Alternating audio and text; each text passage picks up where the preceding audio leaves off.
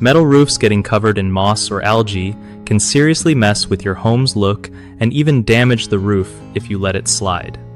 So, first off, grab a mild bleach solution mixed with water. Nothing too harsh because you don't want to wreck that metal finish.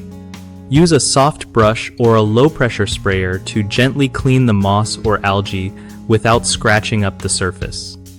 Do this when it's not super hot outside so the solution doesn't dry too fast and leave stains.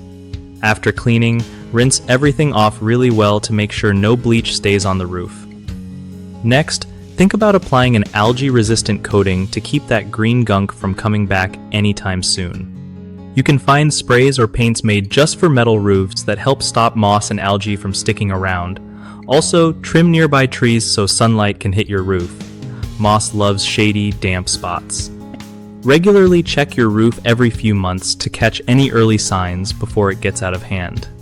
One of the biggest mistakes people make with metal roofs and moss is ignoring early signs, which lets algae spread and cause long-term damage.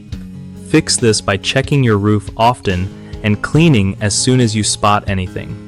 Another common issue is using harsh cleaners or power washers that can wear down protective coatings.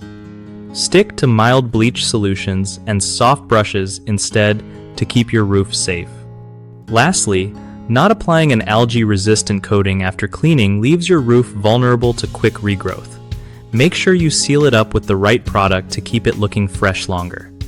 BigHomeProjects.com is super helpful because it connects homeowners with trusted local contractors who know exactly how to handle metal roof maintenance and cleaning.